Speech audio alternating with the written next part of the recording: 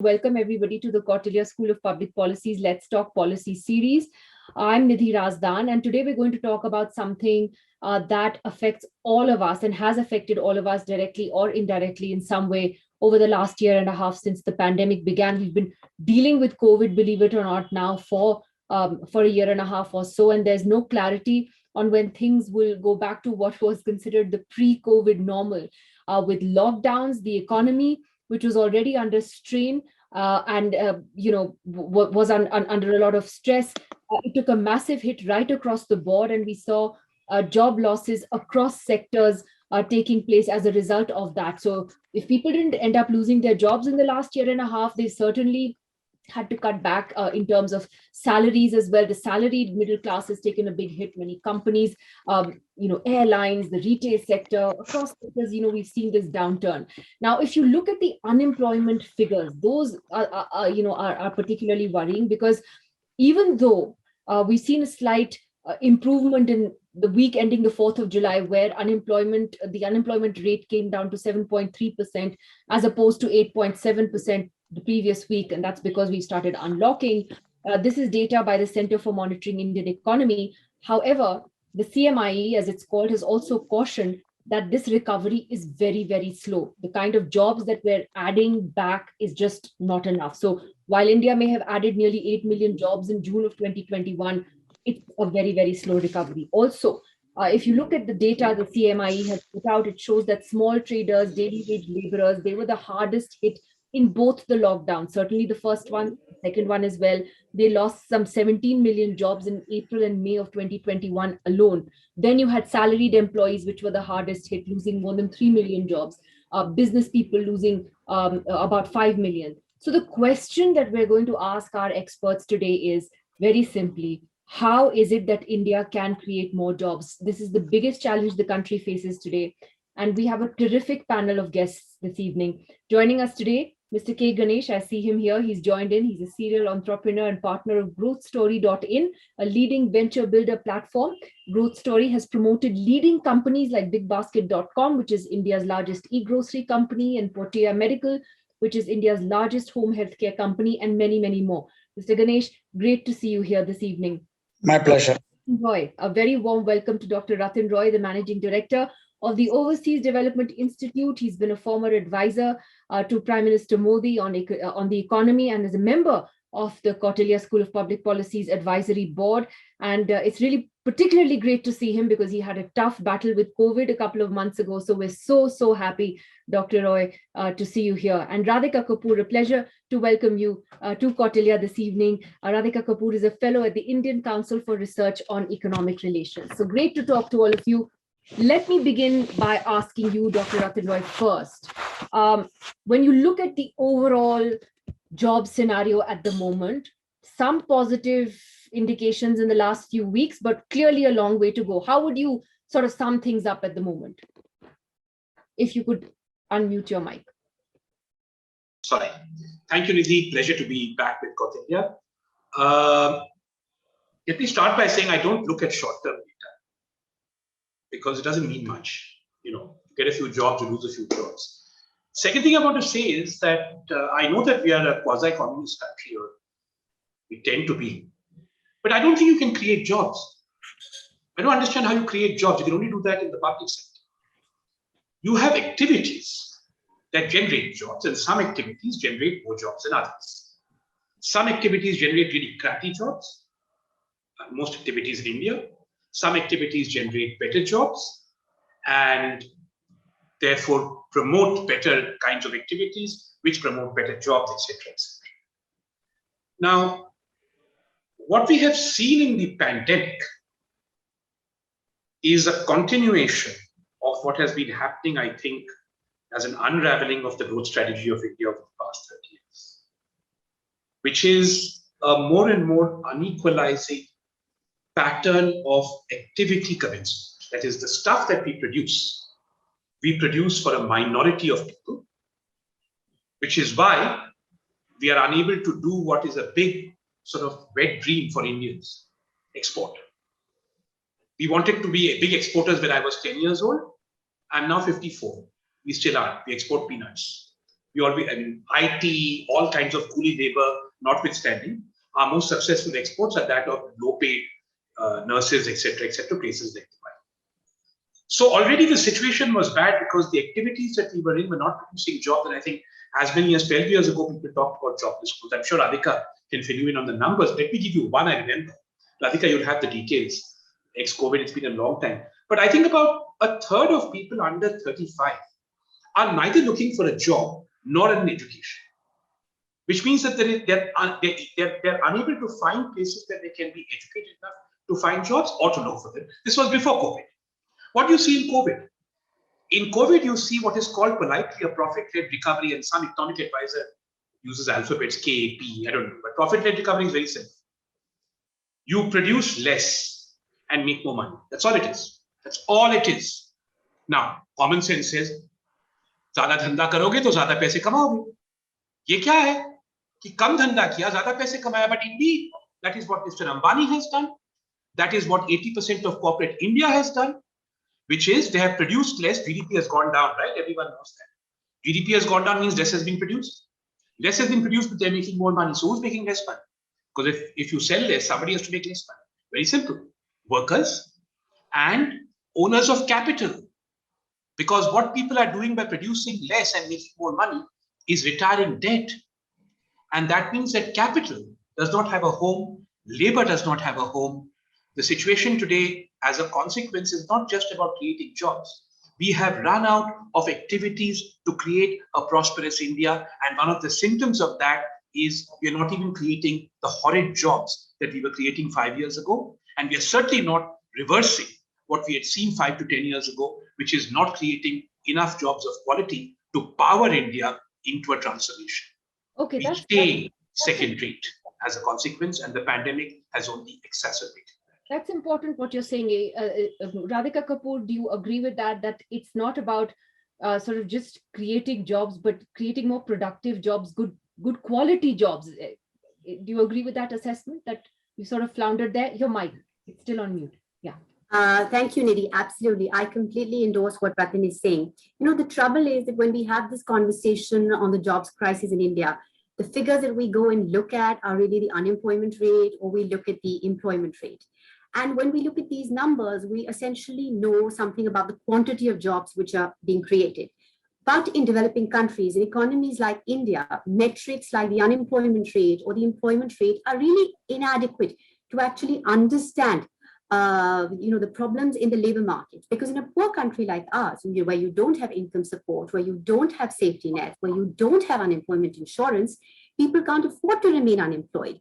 So essentially, when they lose their job, what they do is that they have to create some work for themselves. They become self-employed, or they become what we call own account workers in technical terms, or they resort to doing some casual work. And so actually, if you break up the unemployment rates, by levels of education, by levels of income, what you find is the poor and the illiterate. For them, the unemployment rate is just about 1%. But if you look at the more educated people, their unemployment rates, for example, the unemployment rate for the educated youth is 25%. Now, just because the people at the bottom, their unemployment rate is 1%, doesn't mean there isn't a job crisis there. There most certainly is. There is a problem of underemployment there. There's a problem of disguised unemployment there. And they are basically engaged in low productivity jobs, low paying work.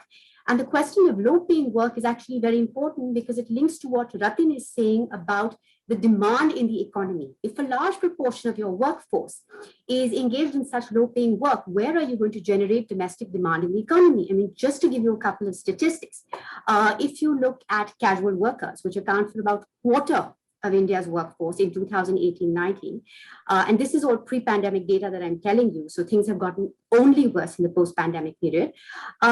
92% of casual workers earn less than a national recommended minimum wage of 375 rupees a day. So look at the level of earnings. Just because people are in the workforce doesn't mean that they have enough to lead a decent standard of living, to actually demand goods, and that demand then impacts investment in the economy. So actually, the point that Rathin made about where are these productive activities, we've actually not applied our mind to what are the activities we should focus on to create more jobs. We keep saying we want higher growth, faster growth, and that growth will create more jobs. But we need to pay more careful attention to what is that sectoral composition of our growth. Is it actually those sectors of the economy which will produce jobs for those people who are at the bottom of the education ladder or the income ladder?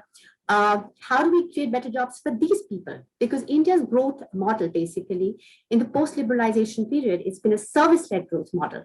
Now, that service-led growth model, the high-end services have contributed a lot to GDP, but they've not done much for employment. Because look at the profile, the education profile of our labor force.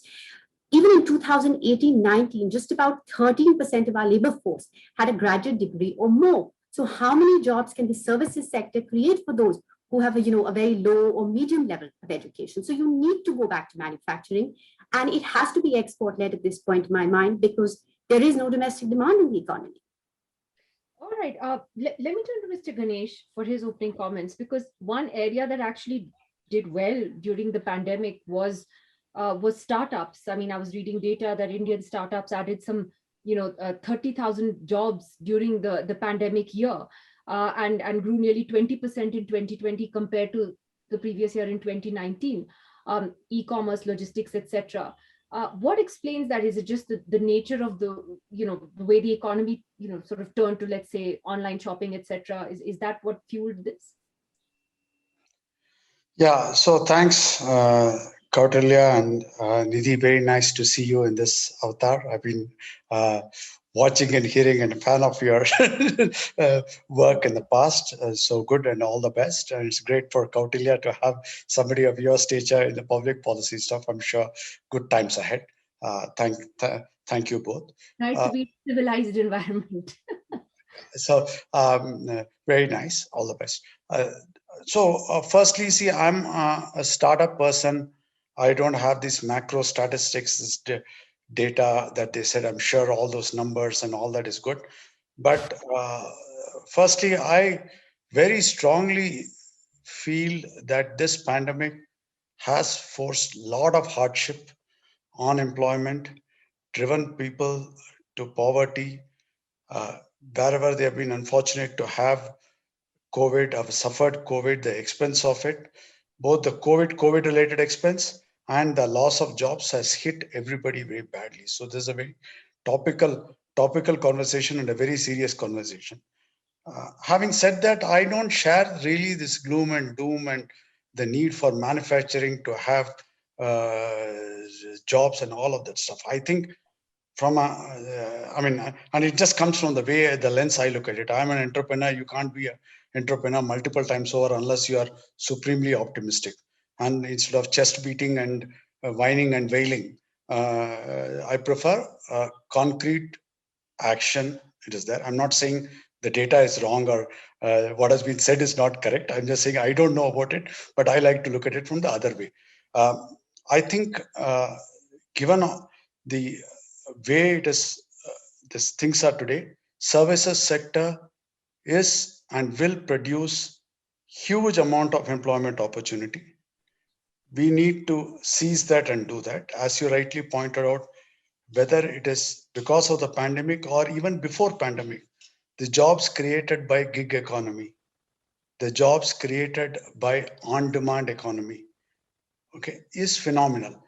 They are for delivery boys. They are for picker and packers. In one of our companies, Big Basket, we have over 50,000 people who are working, which before the Big Basket model, it's not that groceries were not getting sold. It was being sold in shops, and the employment in the shops are very less.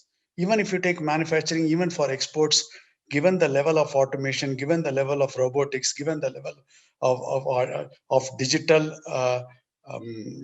tools and methods and mechanics, that's not going to create jobs. It is really the service sector. Again, let me caveat it by saying this is an entrepreneur way of looking at it, which is action oriented than based on macro data, micro data, mining and analysis and deep academic research, which I'm not used to. So the services sector is really the place that is there. If you look at it, we did that initially with IT services. I agree that is meant for a completely different section of the people, which is only the top end. It doesn't create mass employment. Then we moved down to BPO, which is back office processing, which really went down to just graduates or almost graduate or even one step below graduates. Now there is opportunity in multiple sectors to be able to do that, both for domestic and export. Whether it is healthcare is one typical example, hospitality is another example, where by nature we have an opportunity to become the healthcare service provider capital to the world. It can start with doctors also, it doesn't have to be low end, but real mass numbers will come from paramedical workers, healthcare assistants, something like what Philippines has done in hospitality and nurses. So overall, I think the challenge is huge, exacerbated by the pandemic, which is very badly. So situation is dire, but I'm extremely optimistic that services sector, both domestic as well as for exports, if we focus on services sector, that is where maximum job will come down. I'll talk about the specifically healthcare sector later when in the panel discussion, some of the thoughts that we have in the healthcare sector and some initiatives that I think may work. But that's my overall view on it. Okay, good to see. I mean that there is someone who has a more optimistic perspective of where things stand. But before and there are lots of students of ours actually who are going to be asking questions as well. And before I come to them, Rathin Roy, what are then the areas where, I mean, I know Radhicka Kapoor mentioned manufacturing and exports. What else? I mean, because you keep hearing that India is going to become this, manufacturing hub. We've heard it politically, at least for years. And we haven't really moved on not much on those goals. So when we talk about Atmanirbharta, I mean, is it just more protectionism? What are we doing with that? Is it just a slogan? Mike. I leave all of you to judge whether Atmanirbharta is a slogan or not. Because Indians are famously chapus. So if I say something, people say you're being very bold. Why should I say it? I'll tell you what, I'm 54 years old. I've heard all this talk before. I've heard a lot of big talk as an Indian. A lot of big talk. And therefore, I really think Mr. Ganesh is right to be an optimist. To do business in this country, you have to be an optimist of a sort of magnitude which I could not aspire to without some serious drugs. That's why I'm not an entrepreneur. Not because there is no potential. I'd also be an optimist. I mean, the situation we are in, is it correctable? Of course it is. But I want to make two very specific comments about how that optimism can be derived. One is that, see, the service sector is too big a category. When I was a kid, there were people called coolies, railway coolies, rickshaw pullers, hath rickshaw. Also service sector. Concept they also were employed. Everybody was employed when they were starving, but they were employed. Right? Today also I have coolies. I see one Satya Nadella sitting in Google. I see a lot of coders. I don't see an Indian brand that has done anything other than deliver food emerge, other than jobbing industries. And there I think what Mr. Ganesh said is very important. There's a transformation that needs to be done there. That transformation, I think, needs to happen in 5 sectors, and I'm going to focus on healthcare for a minute. I'm very keen to hear Mr. Ganesh's views. I agree with him. I think that is one of the major areas where, as usual, India, like an alcoholic, the desire far exceeds the performance, but hopefully that will change, which is optimism. So 5 sectors. One is agriculture. Agriculture is not a business. Agriculture is the largest employer. Standard response, there are too many people in agriculture. Who are you to decide that? Who is anybody to decide how many people should be in agriculture and should not be? Am I Stalin? Am I communist? Am I central plan? People are in agriculture for a rational reason. They're simply not able to move into other jobs that would afford them better livelihoods. And the pandemic has brought that home. If the pandemic has not brought that home, people sitting in Hyderabad, Bangalore, and Bombay are living in a fool's paradise. If that movement of migrant labor back to what Shubhamay Chakrabarti called the bargain sector, the default sector, has not brought that. Agriculture exists with high employment because India is a wretched place to find work, especially if you live in northern or eastern India. It's a horrible place to find work. And if you go to the south and the west to work, you're called a migrant laborer. You're not called an Indian. You're not given the same rights. You emigrate back. You're not allowed to bring your family. You might as well almost be in Dubai. In that situation, we have to fix agriculture to make sure that it makes money and is profitable. The Prime Minister is very good at this. He set up the Farmers Income. We forgot all about it. But that would be a good idea, like Western civilization, to double farmers' income and increase the productivity of employment agriculture. And then people would move to from one insecure sector to another. Second, obviously, is clothing. This shirt I'm wearing, you probably can't see it because it matches the background, is a very expensive shirt. It's a Marks and Spencer shirt. It costs 3,000 rupees. Same in Oxford Street, same in Delhi. But if I went out to buy a 400 rupee shirt, I'd have to import it from Bangladesh or Vietnam. Why? My great Indian entrepreneur can produce a rich shirt, but can't produce a 400 rupee shirt. I'll tell you why. Because labor is too expensive in the South and the West, and my entrepreneurs from South India and West India don't want to go to the North and the East anymore, where the market is and where the cheap labor is, for political economy reasons, but nobody wants to talk about that. Third, low-cost housing. That we have made some progress. I think there's a lot of scope there. The fourth and the fifth, which are, I think, very important, are health and education. Now, in health, unfortunately, we got into a quasi-socialist scam. So a number of our healthcare entrepreneurs are people with extremely dubious reputations. All our private healthcare hospitals, remember, were set up as ostensible charities and then turned out to be profitable businesses. How? Our biggest entrepreneurs in pharma, other than the respectable ones in the South, are known thugs. Why? So we have an unsavory background in healthcare which we will have to change, we will have to professionalize. But if we do that, I'm very confident that India's ability to decide and produce healthcare is immense. Now, this is not export-led growth because agriculture is about India, selling cheap clothing is about India, making cheap houses for Indians is about India. Good healthcare is principally about giving Indians good healthcare, I believe, not this nonsense tourism. COVID was ridiculous. Our Apollos, etc., were collapsing because they couldn't get people from Muscat to come and get healthcare. We were running a healthcare sector in this country. Give me a break. I don't need empirical evidence or macro models for that. I just need to hear the whining and the complaining of the Apollos and the Maxes when COVID happened and they could not get their patients from Muscat and from Malaysia complaining, oh, we can't run our business. Help us.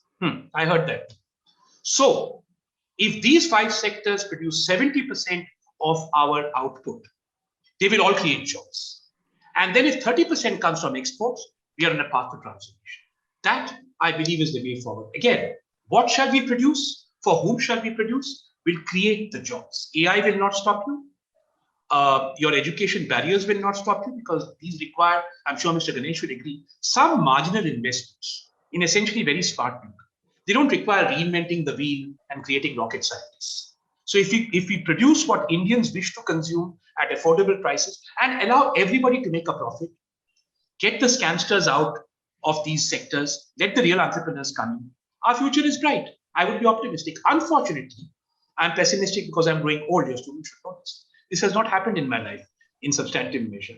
So therefore, I tend to be suspicious. I hope you will not be there. Thank you. All right, well, I want to get into a more detailed discussion on that point about healthcare in particular, but let me just get a couple of students who want to ask their questions. Is Reza Palati there, please? Reza, go ahead with your question, please. Hello, everyone. Thank you so much for the opportunity. My question is for Rathin Roy, sir. There are 3 questions. First of all, we'll ask one. Okay, great. So does corporate tax cuts actually help in long-term employment generation? Is there a science to that? Okay. Thank you.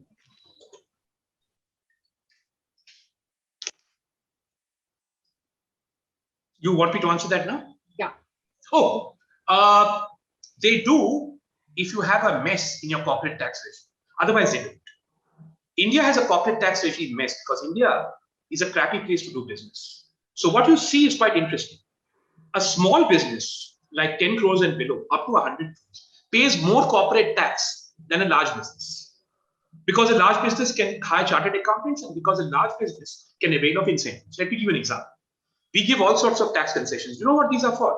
They used to be, till I helped stop it, for research and development. Why should we give a tax concession for research and development? Think common sense. You do research and development, you make some money, otherwise don't do research and development. Power sector investment, tax concession, and so on and so forth. What you're basically saying is India is a crappy place to do business. I'm so sorry. I can't give you reliable power. Here is a concession if you invest in the past.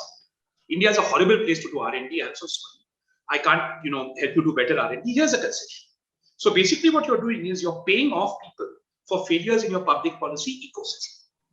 Therefore, if you do what the government is been on the path of now for 7 years, I don't know why they're taking so much time, which is you lower the headline rate of corporate tax and you get rid of exemptions, you will get more taxes. So the game here is not about cutting taxes. The game here is about cutting the tax rate that the small businesses have to pay at the expenses of big businesses and getting rid of the exemptions that the big businesses benefit from. On my calculations 4 years ago, you could bring the corporate median tax rate down to, I would say, about 17-18% if you got rid of all exemptions. But remember, the biggest beneficiaries of exemptions in this country are Mr. Ambani and Mr. Adani. So it's going to be difficult for you guys to take this on. I'm too old. It's your job. But take on Mr. Ambani and Adani, and I hope you have better luck than me. I want to just, before I get the next question, and ask Mr. Ganesh about this, because Rathin Roy keeps saying this. India is a crappy place to do business. Look, you're an entrepreneur. If you can be as honest as you can here, what's changed in the last few years, for the better, for the worse? I mean, is it really as bad as Rathin Roy says it is? You're in the midst of it, because you're still dealing with a lot of red tape. You're still dealing with a lot of, sarkari red tape even now.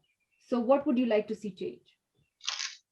No, so firstly, I'm pretty young. I'm just 59 years old, so I don't feel old. I'm not old at all. So 15 is young. I feel another 25 years I have active to contribute. That's what happens when you work in public policy. You age to be able to change, to be able to change and do that. So 59 is young. Okay, one.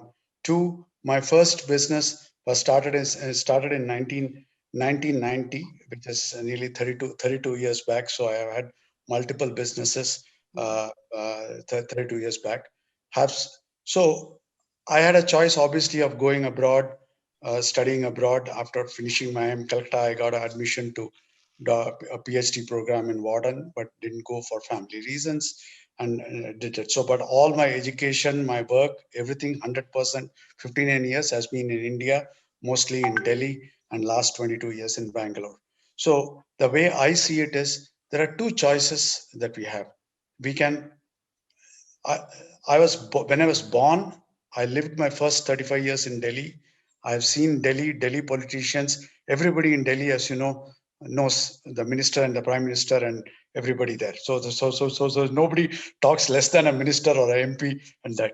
I've seen, lived in government quarters, lived among government servants, seen honest, hardworking government servants, also seen the other side of corruption and all of that stuff.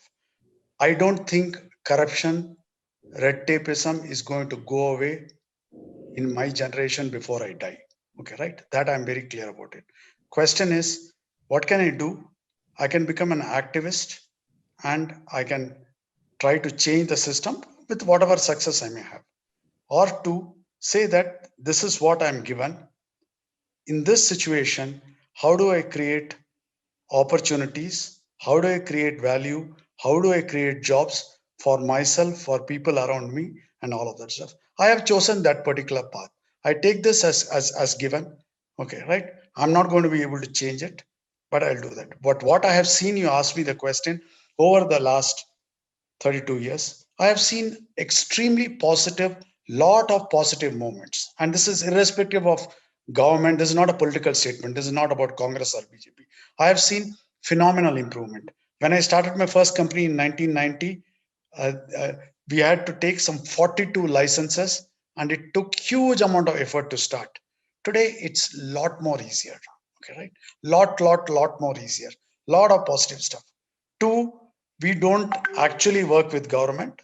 Okay, right? So we are insulated from government red tape and government bureaucracy. And like whether it's Infosys or Wipro, and most of the enterprises which have done well, they have done well despite the government, not because of government support, irrespective of, again, which government, which party is in power. So the way I look at it is, the opportunities for the entrepreneur, opportunities for job creation, opportunities for value creation, opportunity to be a citizen born in India, for the youngster, for the people listening here, the opportunity is never like before. Okay, India has got huge problems. Okay, I agree with that. But that is where the opportunity lies. I could not have had these successes. The entrepreneurs here could not have had these successes in US. Europe is a developed economy. All the basic problems are solved. What Rathin talked about, water, power problems are solved. Here, the government cannot provide you water and power. But look at it the other way. That is what the opportunity is for you. If everything is solved, in US, if I have to make $1 billion, I have to be genius like Mark Zuckerberg. Create a Facebook, create a Twitter. Those are, or Snapchat. Can you imagine what Snapchat is? You take a selfie, you send it to somebody else, it disappears in 70 seconds, it's valued at $25 billion. First of all, if you look like me, I don't want a selfie to be taken. Okay, the other part is okay. If you look like me and a selfie is taken, I want it to disappear. But you have to be genius to think like that. In India, you can sell bread and eggs and create a multi-billion dollar company and get Tatas to buy it for majority stake there. You can sell doctors home, you can send nurses home, you can send a nursing attendant home and create a $100 million plus company. So the opportunities are maximum here because the problems are higher. I would strongly encourage look at the positive side and seize the opportunity. My companies have created more than 150,000 jobs. Extremely proud of it. I could have whined and talked about it and wrote about it and all that stuff. Did not do that. That's what entrepreneurs are doing.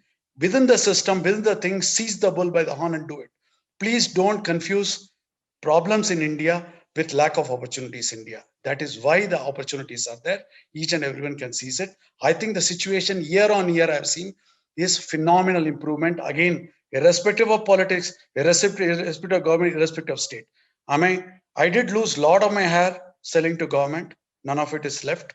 So, correct. Even today, I don't want to name the company. I don't want to name the government. We have done some limited work with multiple state government.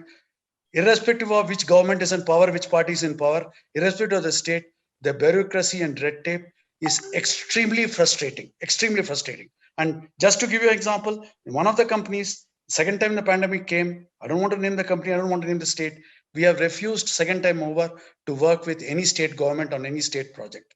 Despite the fact that in the first wave, the pandemic, we did work, excellent work, was appreciated, was quoted in media.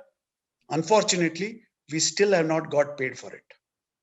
Okay. Wow. This is doing work. So don't get me started on the frustrations of working with government. And again, I wish I could point out one party or one state or one this one. This is uniform across. Okay, right? Absolutely. One asks that question, and I think you have a sort of a very different, refreshing way of looking at it. But I guess we need to know where the chinks still are in order to be able to try and understand what we need to change, and it may not change in our lifetime. You're absolutely right. Nikita, are you there? You have a question, please go ahead. Yes, ma'am. Hello to all the panelists. My question is to everybody, whoever anybody can answer the question. So I was thinking about looking at disinvestments and privatization of the government-owned businesses and banks in a different way, along the lines of the employment. So is it going to have a major impact on the employment issue? Is it going to have a positive impact or a negative impact? Can anything of that sort be predicted at this point of time? Radhicka Kapoor, would you like to take that? So if I understand the question correctly, what Nikita is trying to ask is that is disinvestment going to have a positive or negative impact on job creation? Yes. Well, one way or the other, there's no clear answer to that to my mind. Well, if we do get the revenue that we want to from the disinvestment proceeds, then that can potentially be used to be channeled to activities that can create employment. So to the extent that enhances the fiscal space that's available to the government.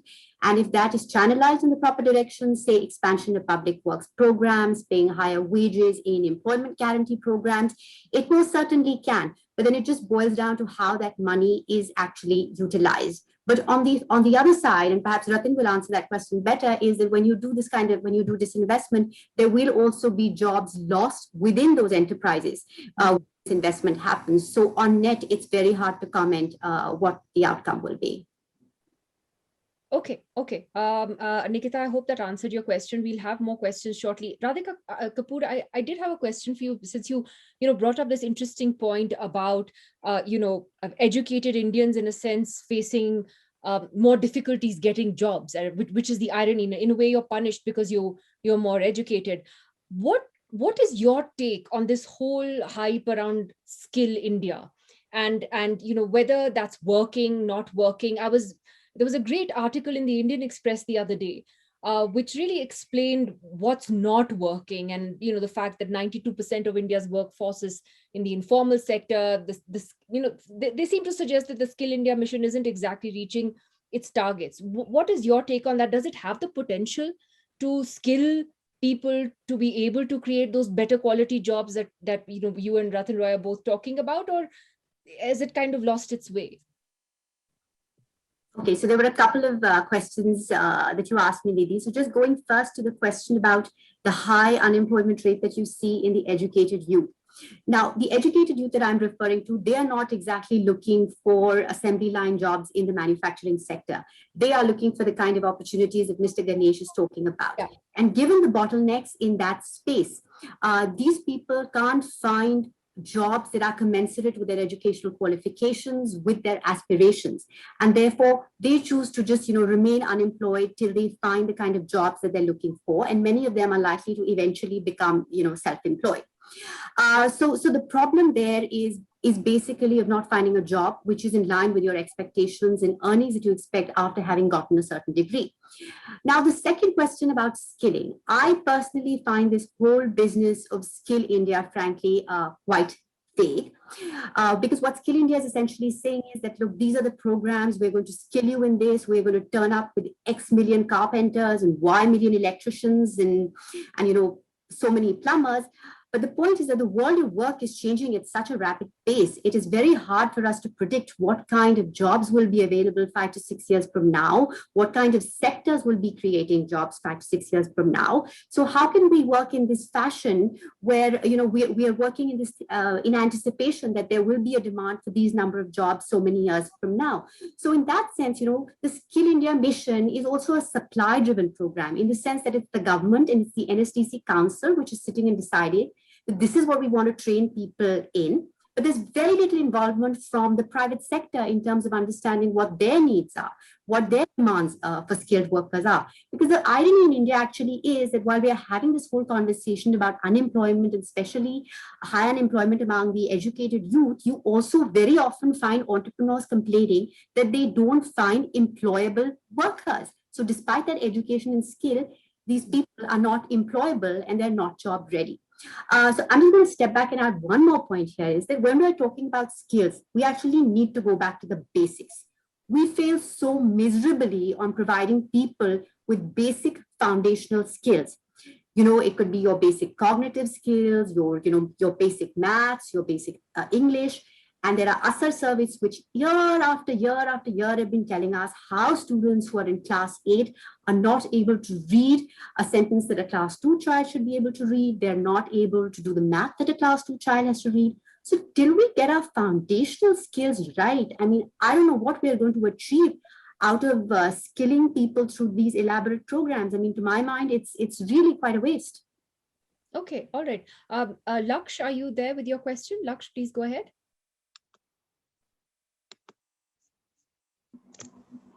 Hi, can you hear me? Yes, go ahead, please. All right, thank you. Thanks very much for hosting this session. I've got 3 short questions for everyone. Firstly, I think two. Okay. Personally, I have a bit of a problem by just how we segment the economy, calling this 94% of the workforce being in the informal sector. Don't you think we need to do more justice to them by classifying them better? Especially because a lot of them are small businesses. I read a stat somewhere which said for each, we have one trader for 21 people in this country. That's a lot of traders. But how are we helping them scale up? How are we making them more aspirational into how they can grow their small businesses? I think the second thing is around the innovation cycles, especially about radical innovations that can completely disrupt business models. If you're on top of that, we can actually predict how new jobs can come up. For example, mobile phones, just as a segment, how many jobs are mobile phones enabling? That's a massive number. So if we can be on top of what's the next technological change, we can predict maybe some of the skills and jobs And second is market creating innovations, like again, innovations that back in early 1900s, cars weren't accessible for everyone, but Ford made it accessible for a large number of consumers. Can we not have that lens? Because if we think from that angle, then we've got a huge economy that's not consuming right now, but will consume, and there will be more jobs coming in. All right. So quite a bit there. I want to make a silly joke about what you said about whether mobile phones can generate, the mobile phone sector can generate jobs. It may have, thanks to Pegasus.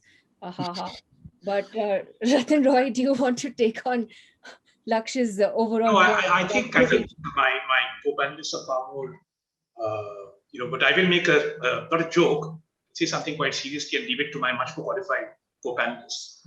The biggest disruption that's happened in this country is Amit Shah and Narendra. Is what? Amit Shah and Narendra Modi are the biggest disruption that has happened in this country. Positive or negative, that's up to you politically. What do you learn from that? How are you going to apply it to India? India's growth rate is tanked. But politically, this is the biggest disruption that this country has seen. Nidhi sitting in Kashmir, Article 370 has been revoked. All right? CAA, NPR, Ayodhya, Home Ministry is working. Huge disruption. They have won elections, you can't deny that. They have won elections stupendously, and they're likely to keep doing so. What do you conclude about India's prosperity? The point I'm trying to make is you cannot conclude from the fact that we live in any kind of a disruptive world. In fact, I think this is not a particularly disruptive world. I think the day the Orville brothers, had a plane liftoff, the day that you gave women the vote, these were far more disruptive things in society than some Swiggy and internet and all that. These are important. They're not that disruptive. Giving women the vote was massive, man. 50% of the population disenfranchised, and you gave them the vote. You think that was not disruptive compared to some IT and Lotus moving to whatever it is now? So my answer to you is that we have to understand the normative nature of disruptions. On the informal sector, it's very simple. It's a technical point. And since I'm a teacher, I can't resist it. It is informal because it is not connected to your life. You hold all the cards, and they have to respond to it. That's all it is. Thanks. Over to you guys. Much more qualified. Okay. Let me move away and come back to healthcare, because I really did want to talk about that. And Mr. Ganesh, let's ask you about that. Obviously the pandemic in a sense gave you an opportunity to really sort of expand in that sector. But I think more importantly, post-pandemic, this is what we need to focus on. I mean, this is for everyone's sake, not just for you as an entrepreneur. So where do you see things going, and in terms of job generation, etc.? What is the future in this sector for someone like you? Yeah. So before I get into healthcare, couple of comments. I do think what was earlier mentioned by Radhicka, saying that we don't know what the skills required in future are going to be, and therefore it's tough to prepare. Fully agree with her, but that's all the more reason why we should try and prepare. We will not get everything right. I remember when I was doing my college engineering, my mother said, listen, so much of television and radio is happening, and there are courses for TV repair and radio repair. In your summer holidays, you're getting bored because Delhi is too hot to play during summer. So why don't you go and learn repair of television and radio? I thought it's a great idea because it was second year of engineering. I went there, and we all know what happened to the repair jobs in that. Similarly, later it happened with repair jobs even for computers today, because the reliability increased, the mean time between failures increased tremendously, and people started replacing it rather than repairing it. Nobody takes a maintenance contract for a television anymore. Okay, right, which used to be the case there. So there is a lot of uncertainty on jobs in next 5 years, 10 years, 15 years.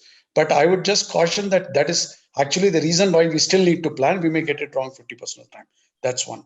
Two, before I get into healthcare, we are living in an extremely disruptive world. The way internet has changed, smartphone has become one more arm. Imagine the kind of disruption. In addition to two hands, you have grown a third limb. You don't even go to the loo in the morning without your smartphone. Okay, it's there everywhere with you. It's there in bed, it's there by the side of the bed and all that. So the smartphone plus internet combination has greatly, severely disrupted consumer behavior, the way we relate, the way we consume data, information, we discover products, we buy products, we interact with people. So extreme disruption. So I would say use this particular disruption. Third disruption that has happened is this is a once in a century pandemic. Never has people living now have seen, rarely have seen a pandemic of this scale and nature. If this is not disruption, nothing else is disruption.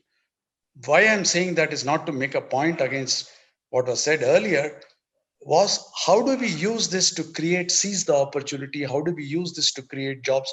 How do we use this to uplift ourselves, earn more money, become more valuable, become better citizens? Whatever is your objective, how do you do that? That's what is that's the opportunity. So it is huge disruption. Seize the disruption. Don't waste the pandemic. Let me come to healthcare.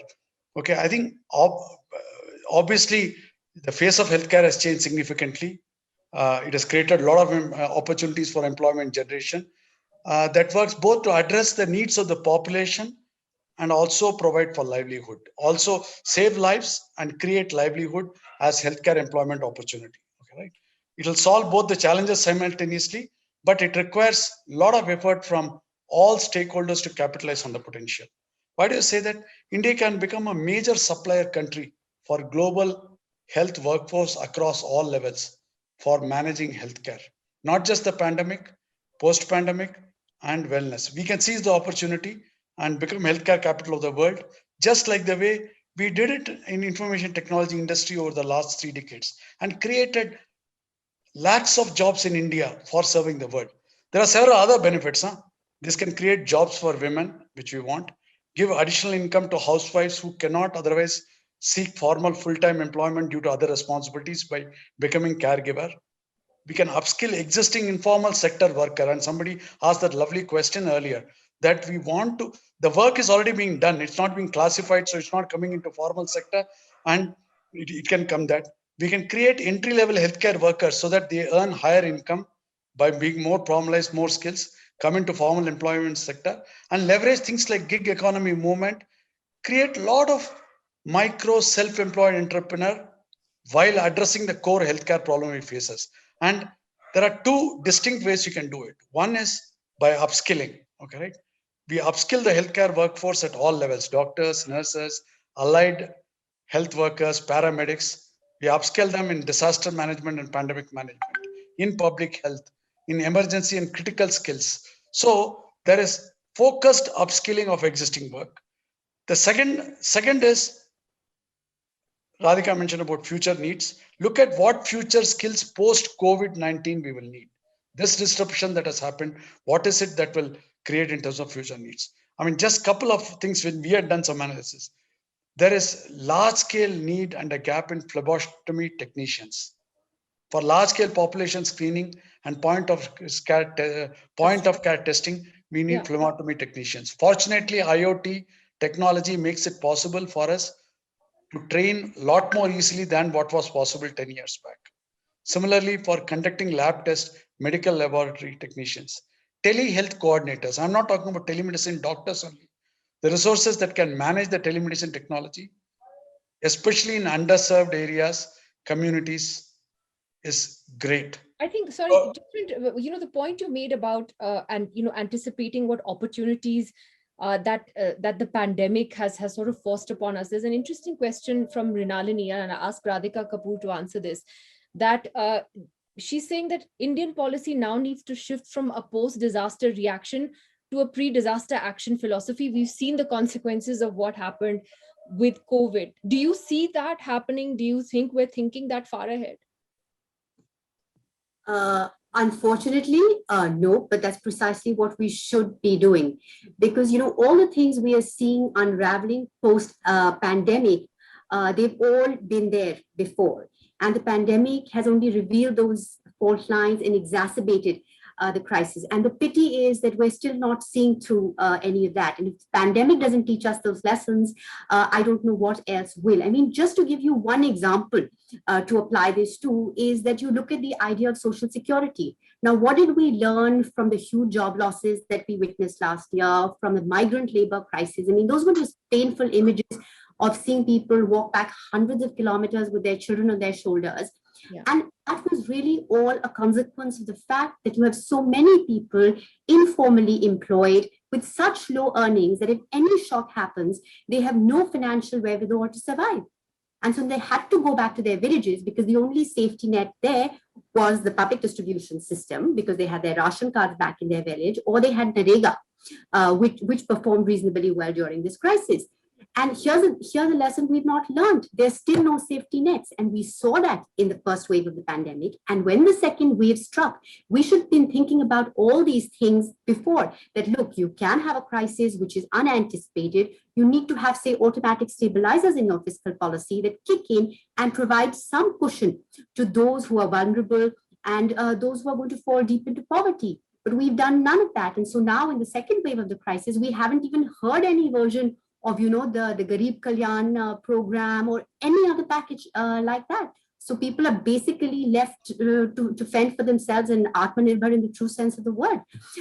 So we really do need to think very carefully about what we were doing wrong before the pandemic and why it made it so hard for us to weather this pandemic. And the informal sector and the social protection is just one example. But again, healthcare is another example that Mr. Ganesh talked about. The other thing I just want to talk about vis-a-vis the skills, I'm just going back to. I mean, the point is that we do need to prepare for the changing world of work. And here what we really need to focus on, I think, is the skill of adaptability. So you have to have the basic foundational skills, which are either cognitive skills or social behavioral skills, which allow you to adapt to whatever jobs and whichever sectors jobs are created in. And that doesn't have to come from any skilling programs. That will have to come from education. And here again, we need to learn that we need to focus on our basic education, getting that foundation right. I mean, that's another learning from the pandemic, but clearly one doesn't see much happening there either. And I think, given that we're staring at future, maybe multiple waves of this and possibly future lockdowns, whether it's micro, macro, or whatever, more than ever, then we need those safety nets in place. We have time for just one last question. Ankit Mishra is here. Ankit, I think you actually have a related question. Go ahead, Ankit. Thank you, ma'am, for giving this opportunity. First of all, thank you to Kautilya, and big fan of Nidhi ma'am and Rathin sir since last decade. So my question may be not so much relevant to this. My question is mostly focused on livelihood. There is a definition of job by ILO and other things. But what about livelihoods, the informal sector worker, and the associated problem with those? For example, nutrition, access to basic healthcare, access to clothing, and etc. These connected issues I want to particularly. Okay. In a sense, I think that's what Radhicka Kapoor was also talking about. But Rathin Roy, do you want to take that? I mean, what Ankit is asking about, just having a basic standard of livelihood for people, and those are different indices altogether. Where again, of course, we still lag very behind. I just want to say one thing, which perhaps Radhicka is much more qualified to talk about this than I am. Has it ever struck you, Ankit, that since 1991 at least, we have been talking about export-led growth. We're talking about healthcare providers to the world. We can't provide healthcare to Bihar. We're talking about providing healthcare at world-class standards. We can't provide healthcare or even social care to migrant laborers who have moved 200 kilometers. We can't run a railway to get people home. This is not a country where I'm not talking about the government here, where we serve our citizens who are less fortunate than us. We are a heavily privatized country. And therefore, it stands to reason that when you're a very heavily privatized country, when you're a country where even your own, welfare in terms of law and order depending on where you're living, on, whether you know the local mafia or not. Nidhi's in Kashmir, I'm sure she knows all about this. We have the Indian Army there. We have all sorts of things. So your welfare is not entirely up to what is written in the book. In those circumstances, when you also have a precarious job, your access to anything, livelihood, nutrition, all the things that we consider basic to being Homo sapiens is affected. There's no technical fix to this. This is the trouble in this country. It's run by engineers. कोई circuit बंद करने से ये नहीं ठीक होगा, है ना? सर्किट बंद करने से कुछ नहीं ठीक होगा. This is a political problem because many of us are complicit in it. And until we are able to say that we will, when we talk about healthcare for the world, we will first successfully deliver healthcare in Bihar, this problem will persist. I think we first need to also, I mean, not just Bihar, look at Delhi, look at the way Delhi, the national capital collapsed at the height of COVID. Oh no, I was part of that collapse. We were fine. I got Exactly. oxygen in 19 hours. Exactly. In Bihar, there was no oxygen. Today, And all the Apollos and all the Sangeeta Reddys and all the great healthcare providers sitting in the south of India have completely ignored the healthcare crisis we have in North India. What Delhi provided was an obscene manifestation of that. Absolutely. And I just today, the government has said in Parliament that they don't have data to back that anybody died because there was a lack of oxygen. So that makes you worry about how, you know, whether we've learned any lessons from that. Let's not open Mr. Ganesh's, he's been very diplomatic so far. Verging on the undiplomatic, he might actually have a thing to say about that. And state government's not paying, which is the root of the problem. Yeah, I think that's not a question of diplomacy or otherwise. I don't think unfortunately, I think we are bringing too much of politics into this. It is not, we did not have major mainframes in India. We did not have the latest technology in India. Nothing stopped us from going and being the IT capital of the world and providing services to the world. The fact that we don't have a basic healthcare insurance system, we don't have universal income, we have a lot of challenges, in no way prevents us from going and providing the best healthcare services to the world. We still, even today, have the best doctors some of the best doctors in the world are Indian doctors, are in India too, are practicing in India. Same thing happens for entrepreneurs, same thing happens for IT professionals. Therefore, the fact that until the last migrant layer has been served before I will send my healthcare service to the world does not apply. I completely disagree. And for want of time, the comments on Indian healthcare entrepreneurs or the doctors or people or the pharma companies, I again completely disagree with that. We don't have time to debate it and discuss it, but that was not the topic of the conversation. The topic of the conversation was about employment creation. There is huge employment creation potential in healthcare, both for India and for globally to the world. Pandemics have exposed that. Creating community healthcare entrepreneurs, upskilling them, using technology, point of care devices, IoT devices, so that we are able to skill local community women to take care of community's health. All are huge potential possibilities to bring informal caregiver into formal situation, to upskill them, and also to be able to earn foreign exchange, earn money, improve the monthly family income by exporting healthcare workforce to the world.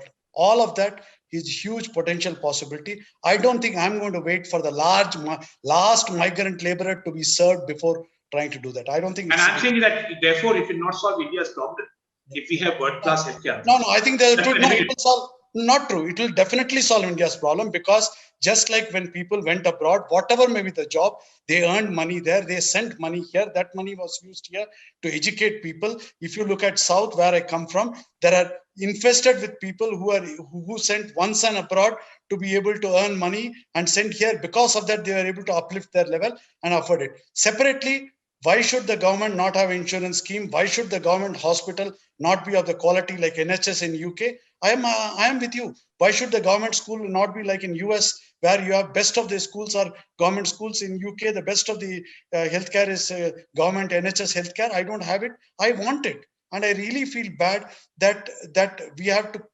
privately provide for electricity, we have to privately provide for water, we have to privately provide for security. Whatever you said, all that is very unfortunate, that these are all things which government should do. I mean, that's true even for us. Why do entrepreneurs, what is the biggest challenge of entrepreneurs? First is to create the entire ecosystem, which should have been, first of all, done by the government. First thing we start with is buying a generator. But that's not the topic here, Dr. Roy. I mean, that the opportunity is because of that, to be able to create it, and we will create it. India is a land of opportunity. I have no problem with Absolutely. I think the reason why one talks about sort of the politics of it, Mr. Ganesh, is because it's linked. It's all linked, and governments do provide us the enabling environment also. So They should. So in that sense, but I'm glad we were at least able to have a frank, sort of exchange of views on it. And it was good to see that. It was very spirited, and it was great to talk to all of you this evening, because I think we got a wide range of very different points of view as well. I mean, Mr. Ganesh, it was really refreshing actually to hear the opportunities that you see, the optimism that you see, whereas I think both Rathin Roy and Radhicka Kapoor have flagged very real and important concerns that the governments, that corporates, everyone needs to look at in terms of where and how we're generating jobs. So I think it gives us a very holistic picture of where things stand. So thank you so much. I think this was very, very valuable to our students this evening. They're going to be starting in just under a month from now. This is a new initiative for us at Kautilya. So thank you for your support for Kautilya. All the very best for your initiative. We need such kind of debates, and we need that kind of spirit that you're here. All the best for Kautilya. Thank you so much. Thank you to all of you for joining us.